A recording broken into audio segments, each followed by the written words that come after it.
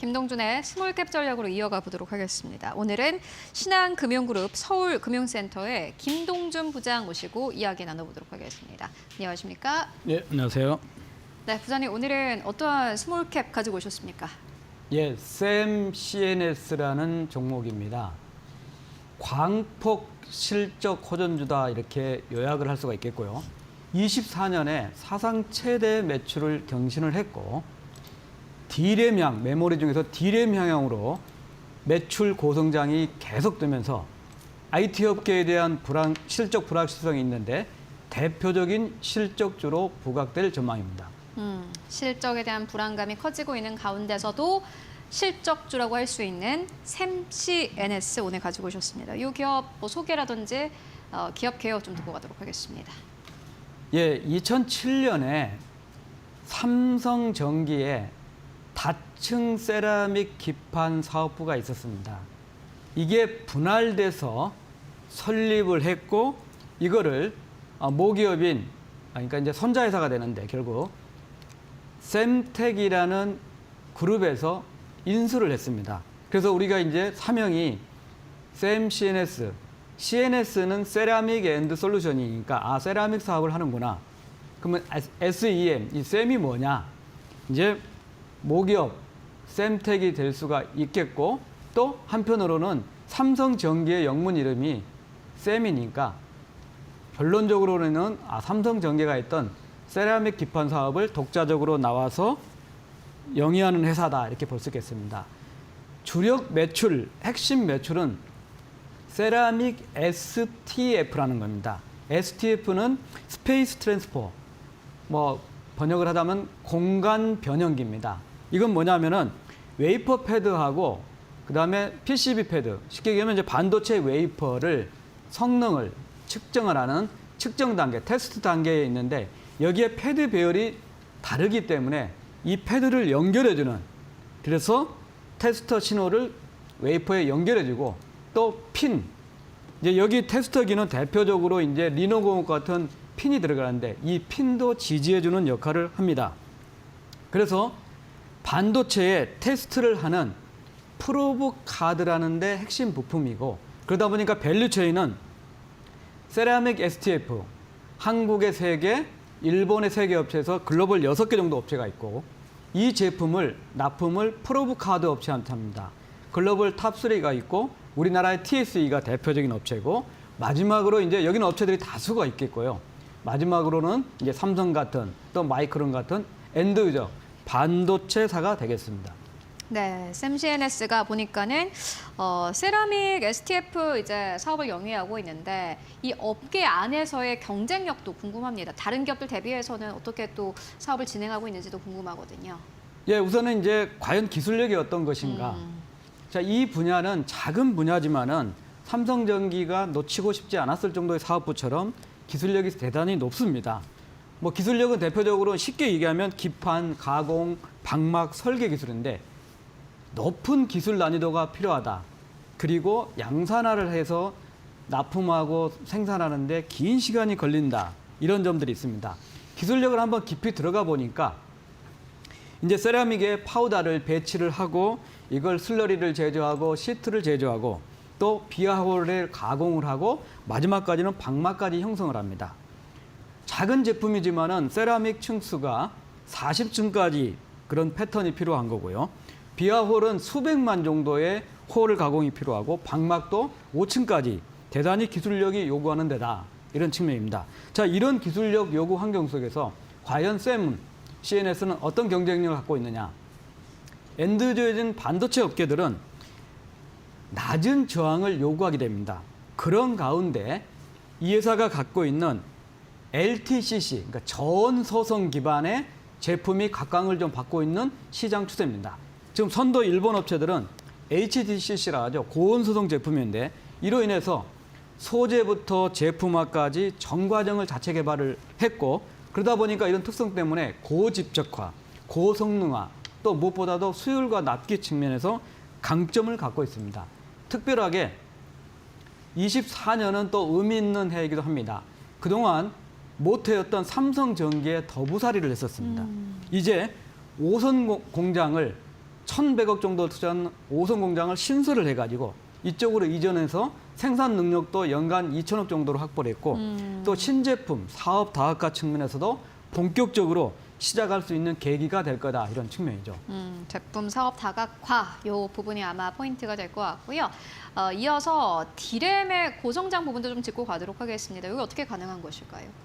예, 이제 메모리 영역은 이제 D램과 낸드가 있고 비메모리 영역은 시스템 반도체 쪽에 있습니다. 예, 시스템 반도체 쪽에 매출 비중은 극히 저조하니까 단기적으로는 큰 의미가 없는 거고 그동안 이 회사는 낸드의 강점을 가졌습니다. 낸드의 시장 점유율 글로벌 1위의 점유율을 갖고 있었고 그러다 보니까 21년, 22년 고실적, 환상적인 실적을 보일 때는 낸드 매출 비중이 97% 됐습니다. 사실은 낸드보다는 더 기술력이 요구되는 게 D램이고 D램 중에보다도 더 기술력이 요구되는 게 HBM 쪽 이런 상황이 있는데 이 D램량 매출이 이제 시작을 해서 24년에 처음으로 세 자릿수 매출 100억대 이상을 기록하면서 의미 있는 성장을 했습니다. 21년 1%에 시작해서 22년 10% 그리고 24년에는 23% 금액으로는 120억 원을 기록하면서 이제 실질적으로 큰 의미를 가질 거다 하는 측면이고 이런 측면에서는 일본의 JEM을 통해 가지고 아마도 추정이 마이크론이 되는데 마이크론을 좀 뚫었었고 또 유럽의 글로벌 탑3 중에 하나인 T사를 통해 가지고 지금 반도체 3사에 지금 메모리 쪽에 테스트를 중에 있고 또 국내 업체를 통해서 차세대 HBM량의 EDS용으로 그동안 이제 버닝용이었는데 EDS용으로 하고 있기 때문에 이 D램량은 이제 시작이다. 이런 측면이고 매출 비중이 25년에는 41%, 그다음에 26년에는 44%로 높아지고 이 분야가 난이도도 높고 ASP도 높기 때문에 수익성에도 기여를 할 거다는 측면입니다. 또 이제 신공장과 공장 신설과 더불어 새로운 사업을 하게 되는데 지금 이제 유리 기판 핫 이슈죠. 네. 뭐 30개 업체 정도가 거의 그런 데고 있는데 여기 못지않게 세라믹 기판이라는 거를 지금 R&D를 하고 있습니다. 용도는 통신 서버향이고요. 네. 반도체 패키징 공정에 필요한 거고 반도체사하고 NDA 계약을 좀 맺고 개발 중에서 이르면 26년 정도에 상용화가 될 거고 또 뜨거운 유리 기판 관련해도 이 회사가 방막 기술이 충분히 적용될 거 있기 때문에 언젠가는 또 유리 기판 쪽에도 30개 업체에 들어갈 수 있다 이런 측면입니다. 무엇보다 D램향 쪽으로 매출이 고성장하는 것을 잘 살펴보실 필요가 있겠습니다. 전체 매출 대비해서 2025년에는 41% 그리고 2026년에는 44%대까지 늘어날 것으로 보여지고요. 그리고 무엇보다 기술의 난이도가 높고 또 ASP가 높다라는 점에서 기술력을 가지고 있는 회사다라는 생각이 듭니다. 그리고 실적이 또 크게 호전될 것이다 이렇게 말씀해 주셨는데 어떻게 보십니까? 예, 이제 실적이 이제 3분기까지 좋았는데 4분기에 이제 영업 손실을 좀 기록했습니다. 뭐 프로덕트 믹스상에 약간 변화도 있지만 그보다는 이제 탈삼성전기를 했었죠. 그러니까 이제 임차에서 쓰다 보니까 원상복귀도 해줘야 되고 그런 일회성 비용이 좀 들어간 부분이고 또 과거에는 이제 감가상각비가 연간 20억 정도였는데 이제는 연간 60억 정도. 그러니까 새로운 공장에 새로운 투자를 했기 때문에 감가상각비도 부담이 상당 부분 될 수 있다는 측면입니다. 자, 21년, 22년에는 대단히 실적이 좋았습니다. 22년에 500억을 넘어가면서 매출액 501억에 영업이익 149억, 영업이익률은 무려 29.7%까지 그랬는데 지금 이제 고정비 부담이 늘었기 때문에 그만큼 이익률은 되지는 않겠지만은 어쨌든 24년에는 534억으로 사상 최고 매출을 갱신했고요.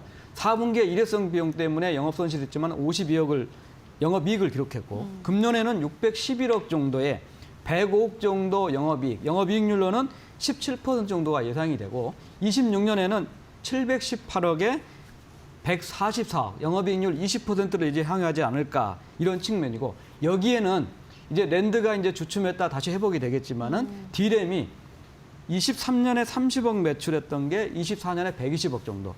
그리고 금년에 250억, 내년에는 313억 정도. 그래서 ASP도 높고 부가가치도 높고 기술력이 높은 D램 쪽이 앞으로 실적을 주도하면서 이게 소모성이기 때문에 차별화된 실적이 가능하지 않을까 이런 판단입니다. 네, 실적은 좀 기대를 해볼 법합니다. 그렇다면 주가가 같이 움직여주는 게 중요할 것 같은데 보니까는 지난해 12월에 3,500원대가 떨어졌다가 그래도 좀 많이 반등세가 나오고 있습니다. 5,090원대까지 올라왔고요. 앞으로의 주가 전망은 어떻게 보고 계십니까? 예, 이제 새로운 진짜 이제 더부살이 하다가 네. 좀 더부살이라는 측면이 그렇는데 오성 공장을 신설하면서 1,100억 이상이 좀 들어갔습니다. 자, 그러기 위해서는 이제 21년 5월 달에 IPO 이제 상장을 하면서 이제 공모를 했던 게 650억이었고 그때 이제 공모 가격이 6,500원이었습니다. 이걸로 부족해서 21년 11월 달에 전환사채 550억을 발행했습니다. 발행할 때는 6,400원 정도였지만은 리픽싱을 해서 지금 이제 전환 가격은 5,465원입니다. 1,100억을 투자했지만은 D램을 통해서 또 새로운 사업을 통해서 이 오송 공장의 투자 해소기가 본격 도래된다. 또 차별화된 실적에다가 세라믹 기판이라는 것, 또 유리 기판이라는 또 신사업 모멘텀이 되기 때문에 충분히 매력은 있습니다. 다만 이제 오게 티라고 볼 수 있는 게 이 전환사채 550억을 한 개 기관이 이제 투자를 했었는데 550억 중에 150억은 주식 전환해가지고 이미 매도를 다 끝낸 상태입니다. 이제 남아있는 게 이제 400억 정도. 전환사채로 100억, 주식 전환해서 있는 게 300억이 있는 상황인데 이 오버행 이슈는 제가 볼 때는 단일 기관이 보유하고 있기 때문에 블록딜 정도를 통해서 이제 극복을 해야 되는 네. 부분입니다. 다만 이게 이제 5,500원 정도 단가니까 6,000원에서 7,000원 사이 영역이 되면은 이게 이제 오버행이 될 가능성이 크다는 측면이고 최대주주 특수관계인이 59.2%로 높습니다. YC가 그대로 1대주주로 38%고 또 자사주가 2.3% 정도고 외국인과 기관이 거의 없는 상태이기 때문에 그 이슈에 따라서 개인들 중심으로 움직임이 플럭션이 크다. 그러니까 제가 볼 때는 주가는 5,000원 정도면 매력적이고 바닥권이라는 생각이 들고 5,000원대, 5,000원 초반대 매수를 해서 아까 말씀드렸듯이 6,000원에서 7,000원 사이는 이 오버행에 대한 해소가 되는 구간이기 때문에 거기에 이제 엑시트 타임을 잡든지 아니면 이제 오버행 해소돼 가지고 진짜 레벨업 되는 과정까지 지켜볼 필요가 있다. 자, 반도체 테스트. 자, 리노공업 그다음에 TSE 영역이 생겨 있는 이쪽 사업에서 이게 소모성 부품 사업으로서 차별화된 실적이 가능하고 D램 쪽 특히 이제 HBM까지 영역이 넓어지고 새 사업이 되고 투자 해소기가 본격적으로 되는 매력적인 기술주가 아닌가 이런 판단입니다. 네, 샘시 NS 5,000원대 지금 구간은 매력적인 구간이다라는 의견을 정리해보고 가도록 하겠습니다. 지금까지 김동준 부장과 함께 이야기 나눠봤습니다. 말씀 고맙습니다. 감사합니다.